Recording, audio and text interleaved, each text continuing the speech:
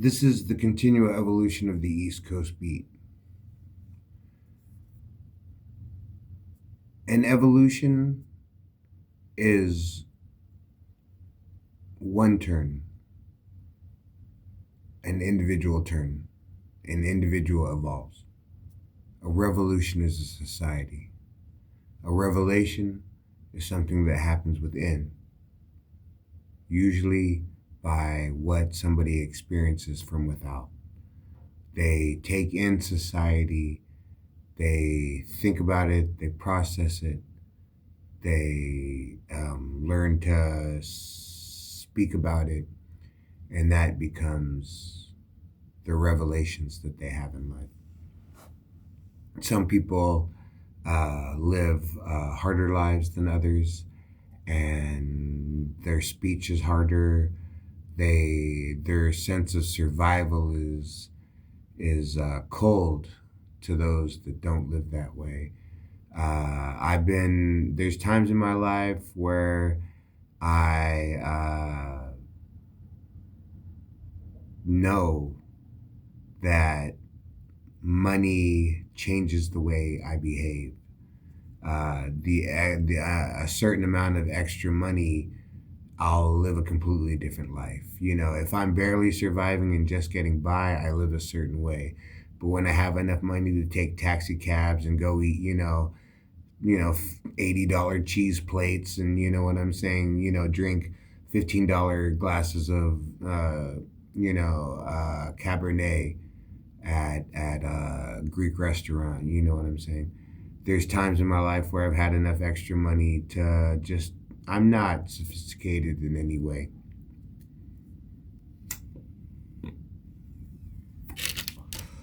I'm not sophisticated. I'm community college educated. I did make it to Cal State University, but after a couple of weeks, I basically figured that didn't make sense to me, and the money situation, it just wasn't working out. The math wasn't working out in my head.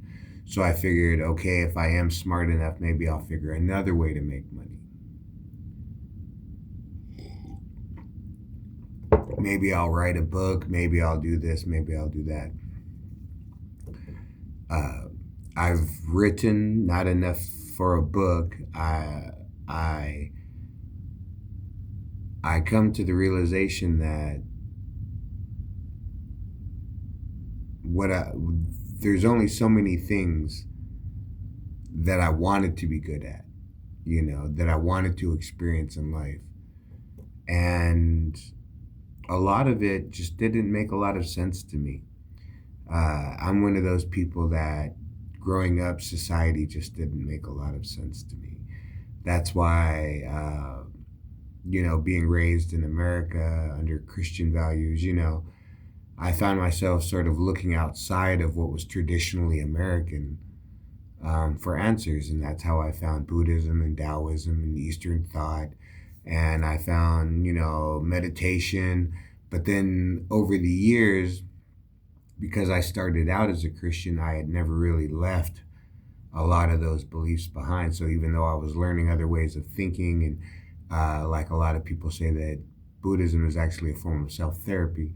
So as I was learning these ways of working thoughts through my mind and learning how to live within a society, I would always find weird conversations on, in books or on YouTube where priest and a monk would have a conversation, and they would be able to tie these things together for me because I wasn't an expert in either. I was experiencing the life, I can't write a book about poor farmers because I'm not a farmer, and I'm not an expert on economy or how the land works like that.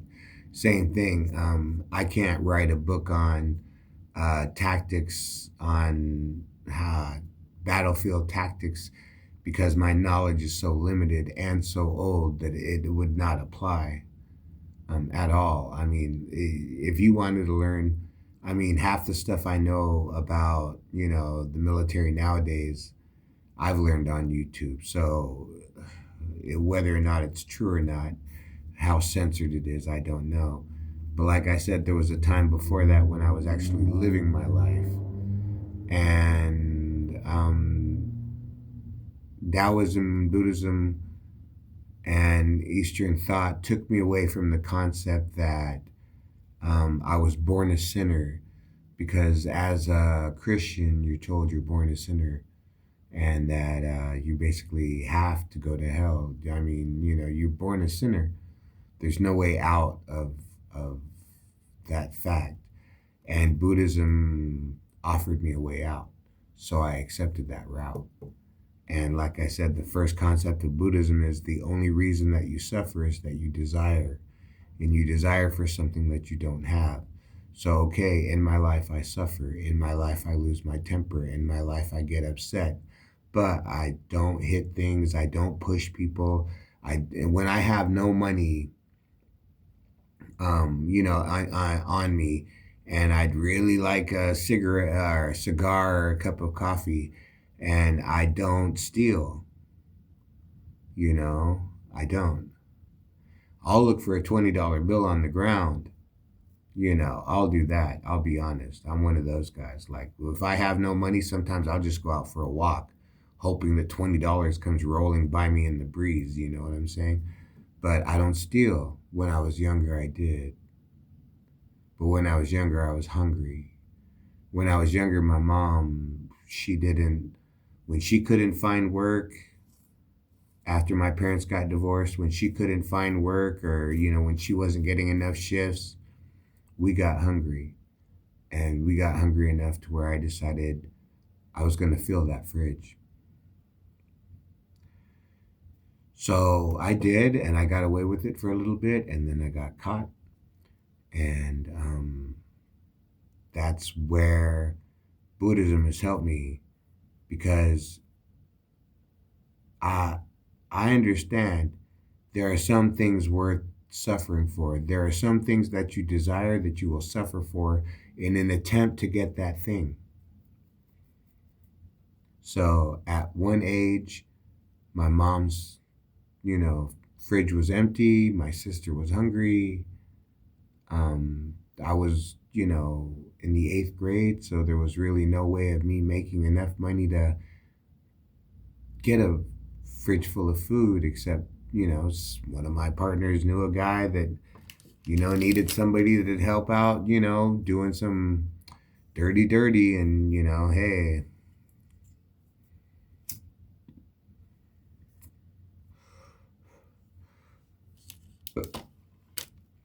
But Buddhism taught me, if you don't want to suffer, then don't desire. And I can ride that road most of the time. And sometimes when I do suffer, I suffer on purpose because I want to feel the want, the desire, the burn. I want something to get me so mad that it'll get me out of bed, before the sun rises, with enough energy to get what I need to get done. Because, hate to break it to you kids, but the older you get, you tend to sit a lot more, and you tend to do a lot less, and then, like I said, I can't even use my hand or my leg right now. But I'm doing exercises, but, I can't do this and I can't do that. But at the same time, I still walk to the bus stop. I still go grocery shopping. I still volunteer at the Department of Behavioral Health, clubhouse. Um, um, you know,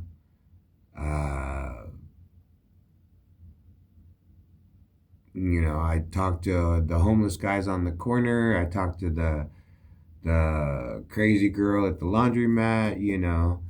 Um, just because I'm half disabled, at this point, I don't feel fear. When I was young, I used to feel fear because everybody was so much bigger. The dogs were bigger, the neighbors were bigger. Everybody was bald headed and tattooed, and that just wasn't our family. So, I felt as an outsider and I felt small. So Taoism taught me, that life is like a river, that it comes from an unknown place and it will lead you to an unknown place.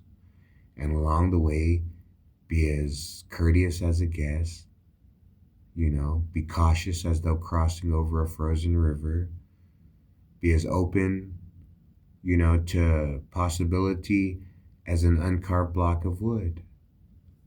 You know, don't do too much at one time. Get everything you start done. Simple. If it takes you 10 years to master a skill that will take you through the rest of your life, you can do that. Or you can spend 30 years just getting by and not learning anything that's going to make your life any better. So starve for 10 years until you learn something that will carry you through a lifetime. In Hess's book, Narcissus and Goldman, Goldman learns by trying to use the master's tools that he's cutting his own hands. He's trying to learn how to be a sculptor. And he says, when you use the master's tools, you cut your own hands because you're not competent yet. And that's the price that he pays. I mean, you have to imagine that being a sculptor, just banging on stone with the chisel, like that's gonna hurt and it's gonna arthritic up, But that's the route that he chose, was to be a sculptor, and he had to develop what it takes to sculpt out of stone and with old hammer and chisel. And when I was young, I wanted to be a soldier. So I read a couple field manuals that got me through basic training, and I joined as a field cook. And I learned how to run a kitchen. So when I went to the desert for 90 days, I ran the kitchen with the locals. There was me and like maybe one other U.S. cook. So at times it was me and another U.S. cook, and then the locals, because they liked me. They liked that I was soft-spoken. They liked that I didn't make too many demands. They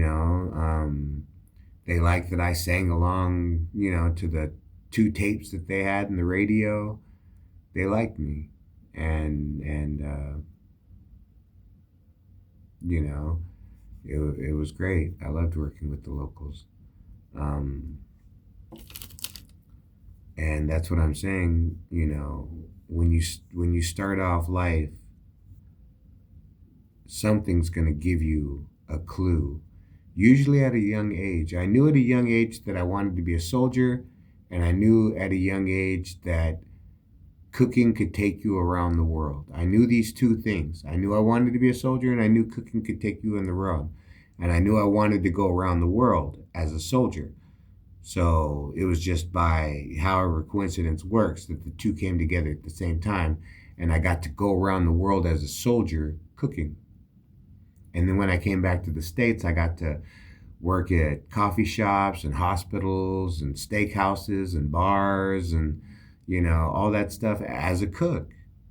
But I was still, part of me was still a soldier. Because I'm not paid by the U.S. government, I don't consider myself an active duty, full on soldier. I can't go back to my base and get it on, you know what I'm saying? But part of me realizes that, yes, if somebody is insulting a pregnant woman, I might not say anything while it's happening, but as the guy kept saying, catch you outside, catch you outside. Well, hey, I was outside. You know what I'm saying? The nice little lady was trying to give a speech. She kept saying what he had to say. She kept saying that was too much. Somebody asked me a little question about what do I, were these guys annoying to you? And I was like, yeah, It's always the guys that want to speak about peace the most that are the first to get pushy. You know what I'm saying? It's always the guys talking about show everybody respect, show everybody love. Oh, you wouldn't want anybody to do that. If they did that to you, they'd catch you outside. It's like, okay, we're cool. We understand. We're all at a clubhouse trying, waiting on a grilled cheese sandwich, and you guys are pushing this respect shit down our throat. You know what I'm saying? How's that helping me? Respect, respect, respect what? All you're doing is talking about how you want to catch people outside. You know?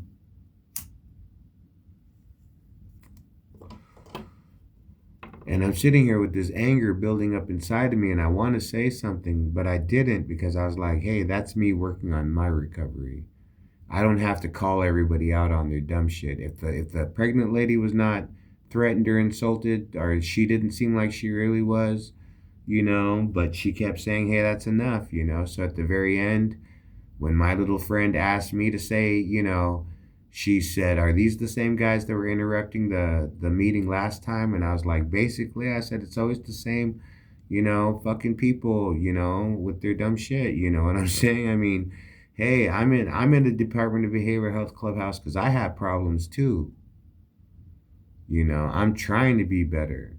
And I understand I'm good, but the other day I didn't have coffee or cigarettes for like 3 days, and then someone caught me on the phone at the wrong time, and I just went, it was dumb, and I kept apologizing, but I couldn't stop. So I need help, you know? I could be homeless. If I did that at work, that would have lost my job instantly.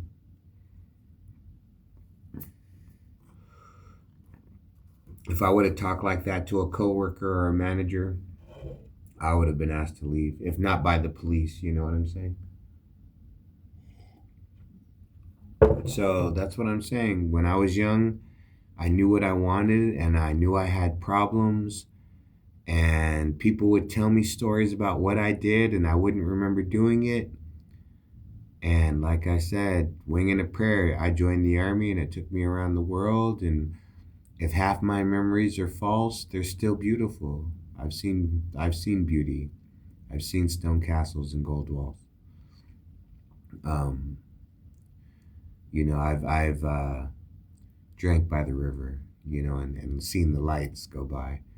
It's nice. And then I come back to California and I live more the beat life, day to day, not always hand to mouth, but, I have habits, and my habits take up money.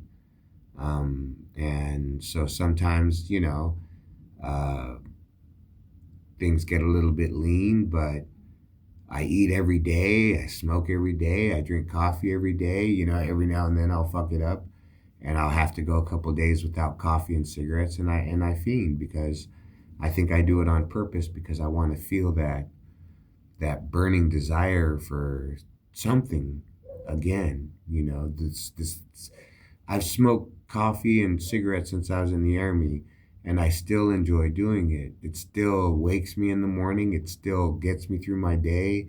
If I've got to talk to people on the phone and I'm on hold for an hour and a half, I can do that, you know. Um, and I know everybody, oh, that's not very healthy. Well, come on, man. Really. In today's society, um, I'm burning the candle on both ends.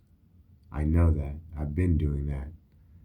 Since the first time I heard the phrase, it made complete sense to me. Don't burn the candle on both ends. Why not? Twice as bright. Stay up all night thinking about yesterday and tomorrow and books you've read and songs you've heard and conversations you had with the pretty girl at school. You live two lives. Everybody else is sleeping or just dozing through their lives. But you're busy burning the candle on both ends, trying to get as much out of one life as you possibly can. What's wrong with that? I completely agree with that. I mean, like I said, we all come from an unknown and we all go to an unknown.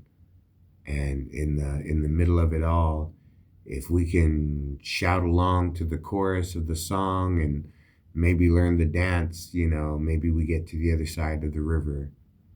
You know what I'm saying? And we can live again. The continual evolution of the East Coast beat.